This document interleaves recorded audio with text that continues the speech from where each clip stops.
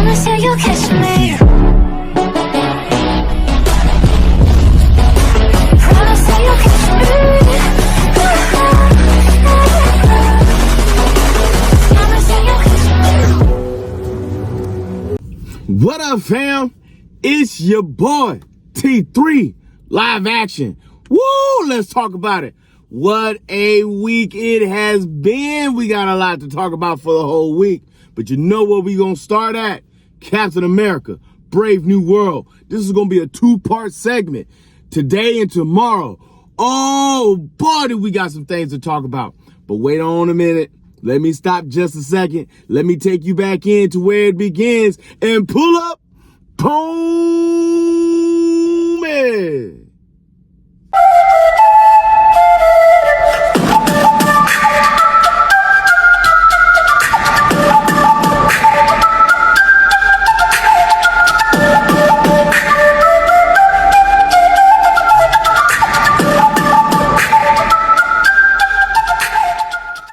What it is, what it does, what it do.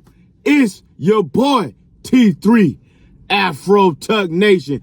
Geek down. Let's get down. Before we do that, though, before we start, don't forget to like, subscribe, share, comment. Come talk to your boy. Yo, I hope you got to check it out. I waited till Monday. I wanted everybody to do their spoiler review. I wanted to see the movie first. I wanted the weekend to play out because I had haters out there, I had lovers out there, and I had miscontenders out there. But it didn't matter, son, because we got down for the get down. Woo, and your boy is ready to clown. Yeah, that's right. I'm getting my do-rag right because my hair got to look right. You know what I mean? Your boy's too fly to look like just a natural guy. You know what I'm saying? So let's do this. So we're going to do a quick review of the movie and my reaction. Tomorrow, we're going to talk about the implications of this movie. So, for those who follow me faithfully, know I had coming in with high expectations for this movie that you could not miss. You could not hit your target without the bomb coming on this thing. I told you, after that Deadpool and Wolverine DC was not going to be able to last it if they did what they had to do. But DC, y'all going to have to come with it now. I'm telling you right now, because the Marvel Universe is on fire! Outstanding notions. So, what it is, what happened? So, Brave New World kind of takes up, doesn't even take up. It's a whole new facet. Let me take away the word takes up. It's a whole new facet. We've already had all the Captain America movies. We know that Steve Rogers has passed the shield on to his friend to be the new Captain America in this world, Sam Wilson. And then we know that this is him now taking the mantle after Falcon and Winter Soldier. So when the movie takes up, when it begins, he has been Captain America for a while now. He has been on missions. He has done whatever it needs to be done at this particular point. We also know that General Thunderbolt Ross, is now the new president. So we have a few minutes of the past before we jump into the present. Because when the movie begins, he's giving his acceptance speech as the president of the United States. Then it goes 5 months out, and Captain America's out on a mission to capture and bring back, that's right, Antimanium. Yes, what does Antimanium mean? Antimanium means now the X-Men world is now in full effect. Wolverine has now been solidified. But that's not the only thing they solidified. They solidified the Hulk with the second Hulk movie that came out. They brought back the Betty Ross from that movie. They also solidified the leader, the gentleman that was helping out Bruce in that movie as well. They kept him as the leader with the big brain and everything that went on with him being exposed to the gamma radiation after everything that went on with Abomination. They did not completely kill off She-Hulk. They solidified Abomination being a part of this world. After the Deadpool and Wolverine movie, they kind of solidified all the universes. So these are the movies that's going to come into full transparency right now. Now, what I loved about Sam being Captain America, he did not give up who he was in this. I was afraid that because he was Captain America and how the script was going to be written, they was going to try to change him up a little bit to be more Steve Rogers-like.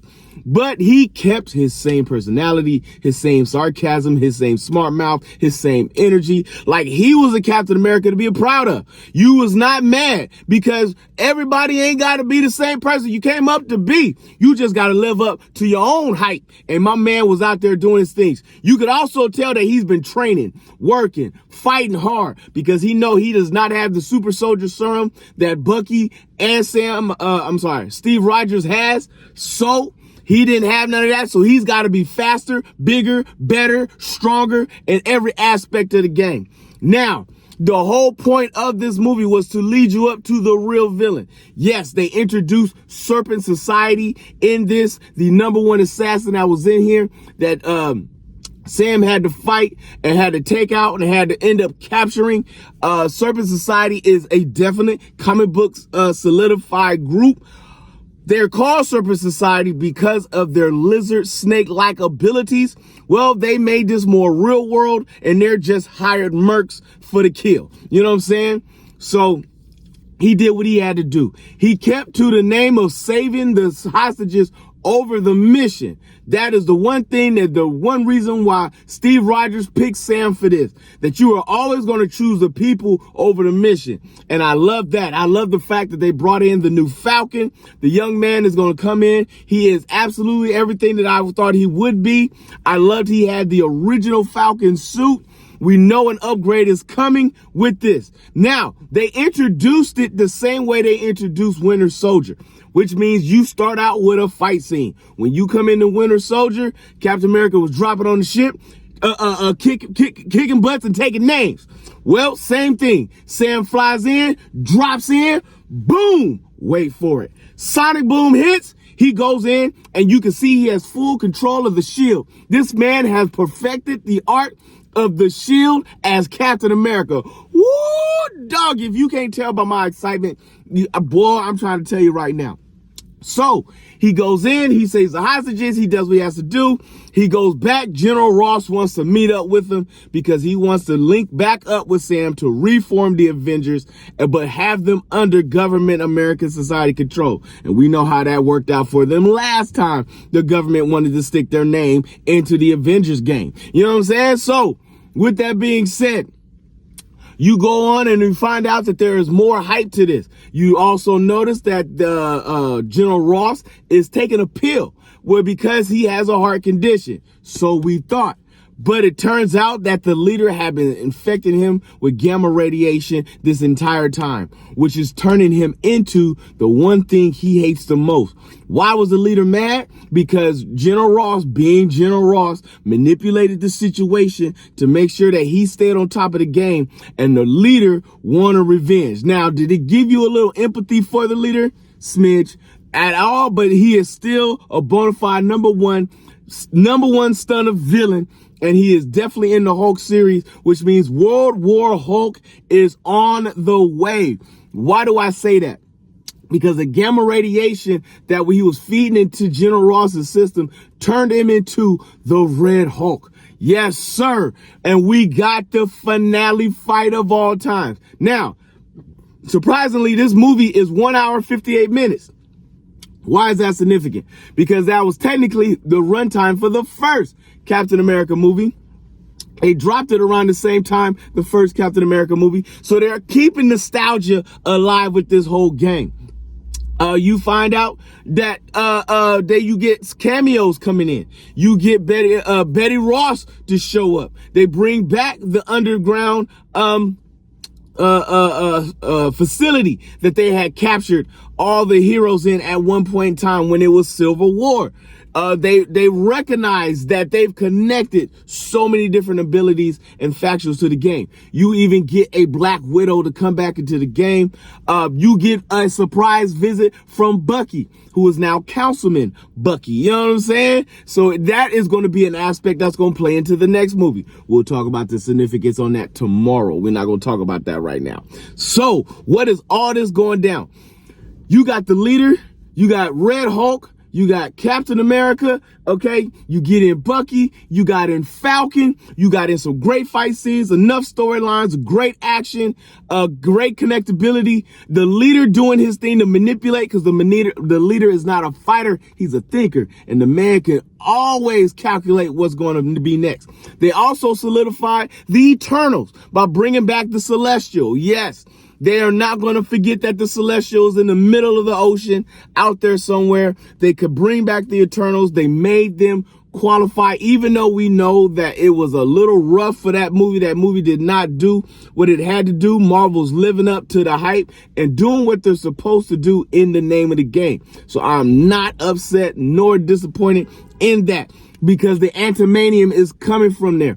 Also, Japan being one of the people that's in there fighting for Antimanium. Why is that important? Because America ends up taking the Antimanium that Japan has that puts the raw form into Wolverine. Oh my God, I'm jumping into to the sideshow stuff. Let's stick to Captain America. So Captain America solves the issue, fights the problem, knows what's going on. He ends up capturing the leader. He does everything he's supposed to do. If you leave before this movie's over, you are a beginner and should not be on my channel, because there is always, and I say always, except for one time, maybe two, that there was not a surprise ending or an extra ending that's going on, which leads you to the next movie that's coming up. Not the Thunderbolts and not the Fantastic Four, but the Avengers movie.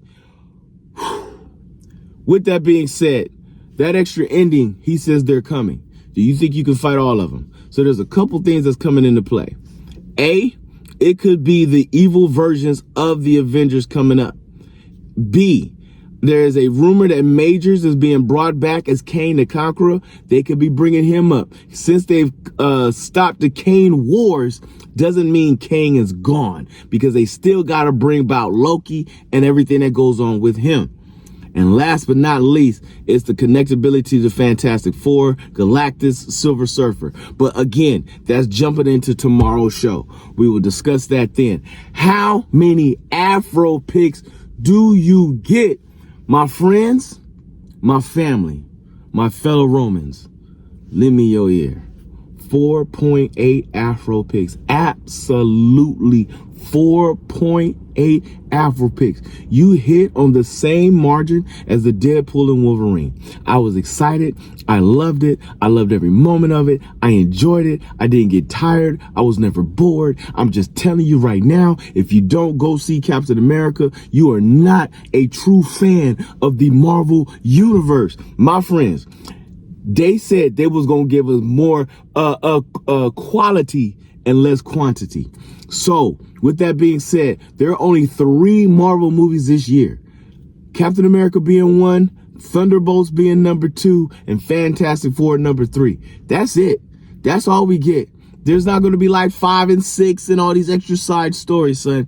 So keep up with the game, because that means every movie counts now, baby. It counts. But again, I keep trying to jump into tomorrow's show.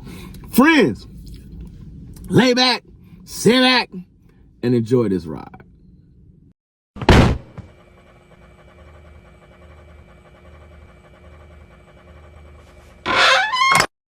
All right, folks, tomorrow we're going to talk about what's the implications of this movie, what's the connectabilities to the other movies, and what does this lead up to for all things Marvel and the Marvel Universe. Okay, also, this week, Paradise, oh my gosh. Hellbound, oh my God. You know what I'm saying? Squid Games, oh my God.